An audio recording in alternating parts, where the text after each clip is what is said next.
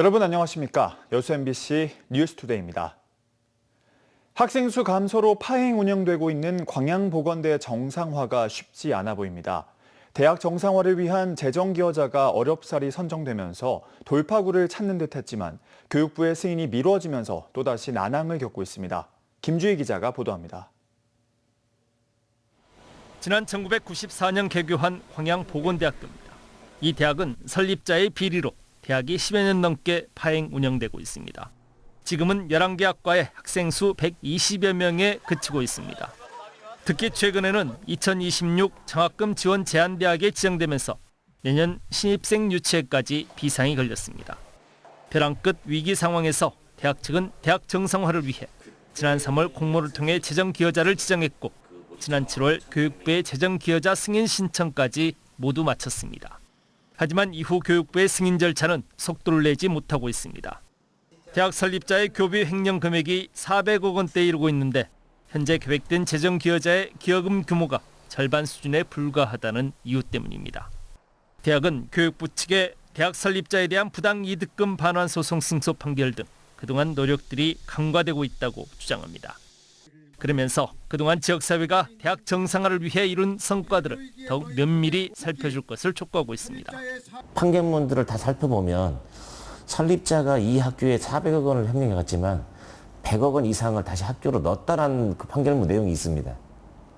이 판결이 확정이 돼 있는데 불구하고 교육부에서는 그 판결문에 대한 내용을 이제 인용을 안 하고 있는 거죠. 광양시 의회도 최근 성명을 통해 교육부의 적극적인 승인 절차의 이행을 촉구했습니다. 광양보건대에 조속한 정상화만이 지역 소멸을 막고 전남권 의대 설립에 따른 상승 효과도 기대할 수 있다는 겁니다. 보건의료 이 인프라 구축에 있어서 크게 도움이 될 것으로 보고 서로 연계성이 좋다고 봅니다. 그래서 꼭 우리 보건대학교가 정상화되기를 희망합니다. 광양 지역 유일의 고등교육기관이면서 소중한 교육자산인 광양보건대. 대학 청산이라는 벼랑 끝 위기 상황 속에서 어렵게 찾은 정상화 방안이 실질적인 성과로 연결해낼 수 있을지 지역사회 이목이 집중되고 있습니다. MBC 뉴스 김주희입니다. 지난해 의정 갈등으로 국립대 병원의 외래 진료 대기 일수가 68%가량 증가한 것으로 나타났습니다. 더불어민주당 서미화 의원이 교육부로부터 제출받은 자료에 따르면 서울대병원 외래 진료 대기 일수는 평균 57일이었으며 전국 평균도 22일로 2020년 13.3일 대비 68%가량 증가했습니다. 전남대병원도 34.7일로 늘어났는데 이는 윤석열 정부의 의정 갈등 이후 크게 늘어난 것으로 분석되고 있습니다. 이제는 없어서는 안 될 지역 산업의 주역은 바로 외국인 이주 노동자들입니다. 이들의 노고를 격려하는 화합의 축제와 처우 개선 관련 포럼 등 이주 노동자 관련 다채로운 행사들이 주말 사이 이어졌습니다. 안준호 기자가 취재했습니다. 전통 올레 한복을 차려입은 네팔인 이주 노동자 부부. 꽃가마 속 연지곤지를 찍은 아내를 보는 남편의 눈에 꿀이 떨어집니다. 한국 전통 이거 치마 저걸 입을 때는 기분이 제일 좋고 사랑합니다 여보. 대불산단의 내외국인 노동자들을 위로하는 어울림 한마당 축제가 열렸습니다. 이주민들도 함께 가족을 꾸리고 또 우리 지역에서는 안전하고 그런 지역을 함께 만들어내도록 해야 되겠다라는 생각을 했습니다. 지역 산업에 공헌한 유공자 표창과 국가별 미식 부스 등 다국적 이주민들의 다채로운 체험 행사가 이어졌습니다. 회사에서 우수 사원 받았어요. 사연 받았어요. 엄마 아빠 고향에서 안 하면 저 정말 진짜 행복해요. 일할 때도 우리가 너무 피곤해요. 만약에 우리가 돈도 많이 줘요. 우리가 방글라데시가 이렇게 일할 때도 이거 돈 조금만 줘요. 이주 계절 노동자의 처우와 제도 개선을 위한 다 어울림 포럼도 마련됐습니다. 계절 노동자 제도의 허점을 교묘히 이용하는 민간 브로커의 개입과 권익보호 미비점 등 허술한 정부 정책이 강하게 비판받았습니다. 거의 모든 지역에서 인신매매와 다를 바 없는 피해자들이 발생하고 있습니다. 그런 면에서 운영부서인 법무부가 정신 좀 차려야 되지 않을까 싶습니다. 비자 받는 단계부터 입국, 체류, 출국할 때까지 어떻게 그 외국인 근로자의 인권을 보호할 것이며 그런 건 세부적인 좀 디테일한 내용을 지침으로 마련할 필요가 있습니다. 포럼에 참석한 법무부는 내년도엔 관련 예산 반영이 안 됐다면서도 인권 문제를 해소하기 위해 관계 부처와 협의하겠다고 답했습니다. 지역 조선산업과 농어업 등 일터에 반드시 필요한 핵심 인력이 된 이주 노동자들. 이날 열린 다문화 가요제에서는 일하며 깨우친 한국어로 고향을 그리는 노래들이 울려 퍼졌습니다. MBC 뉴스 안준호입니다. 전남의 광역과 기초자치단체의 공무원 1인당 담당 주민수가 전국 평균보다 적은 것으로 조사됐습니다. 더불어민주당 한병동 의원이 행정안전부로부터 제출받은 자료에 따르면 광역자치단체의 경우 공무원 1인당 담당 주민수는 전국 평균 426명이었지만 전남은 이에 63% 수준인 269명이었습니다. 또한 시군구 등 기초자치단체의 경우 전국 평균 206명이었지만 전남은 전국에서 가장 적은 94명에 그쳤습니다. 정원 문화 확산과 관련 사업 육성을 목표로 만들어진 국립정원문화원이 최근 담양에 문을 열고 본격적인 운영에 들어갔습니다. 가오픈 기간에만 6만 5천 명이 다녀갈 정도로 입소문을 타고 있는데요. 송정근 기자입니다. 우리에게 익숙한 로즈마리와 라벤더, 그리고 조금은 낯설은 체리 세이지까지 각종 허브가 온실을 가득 채웠습니다. 온실 밖에는 이름부터 정감 넘치는 숙부쟁이와 봄부채, 능소화 등 우리나라 식물로만 꾸며진 정원이 자리 잡고 있습니다. 삭막한 현재를 살아가면서 그 정서적으로 포근한 마음을 가질 수 있도록 분위기가 조성된 곳이 아닐까, 이곳이. 한켠에서는 수업이 한창입니다.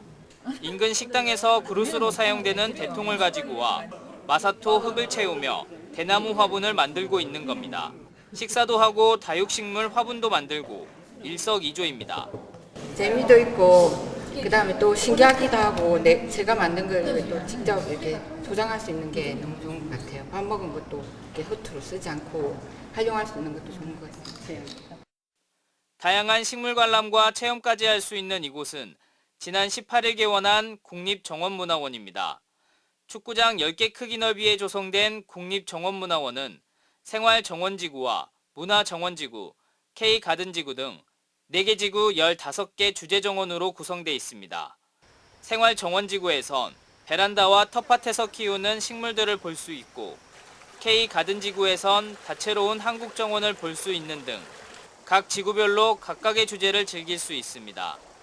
특히 국립정원문화원에선 정원과 관련한 맞춤형 전문 인력 양성을 목표로 정원 설계와 식물 재배 교육도 진행하고 있습니다. 일반 시민들이 식물에 대해서 궁금하시면 식물에 관련된 교육도 받으실 수가 있고 아니면 일자리까지 연계해서 정원에 관련된 나는 일을 하고 싶다 그러면 그런 분들을 위한 전문 교육까지 마련되어 있습니다. 그래서 지난 5달의 가오픈 기간 동안 6만 5천 명의 시민이 찾은 국립정원문화원. 이제 담양에서 대한민국 정원의 미래가 열리고 있습니다. MBC 뉴스 송정근입니다. 한국 프로배구연맹이 어제부터 오는 28일까지 열리는 2025 여수 NH농협컵 프로배구 대회 여자부 경기의 비지정석을 여수 시민에게 무료로 개방합니다. 관람을 희망하는 여수 시민은 온라인 또는 현장에서 티켓을 예매할 수 있으며 신분증 등으로 거주지를 증명한 뒤 입장권으로 교환할 수 있습니다. 연맹 측은 최근 대회 운영 과정에서 문제가 발생한 것과 관련해 유치도시인 여수시에 대한 보상 차원으로 이 같은 방안을 마련했습니다. 기아 타이거즈의 양현종 선수가 KBO 리그 최초로 11시즌 연속 100탈삼진이라는 대기록을 작성했습니다. 양현종 선수는 지난 20일 광주 기아 챔피언스필드에서 열린 NC와의 홈경기에 선발로 등판해 1회 초에 이우성을 삼진으로 잡아내며 11시즌 연속 100탈삼진 기록을 달성했습니다. 양현종 선수는 지난해 8월 KBO 리그 역대 최다 탈삼진 기록을 갈아치우고 계속해서 이 부문의 신기록을 늘려가고 있습니다. 전남도가 낚시 어선 사고 예방을 위해 관계기관과 합동 점검에 나섭니다.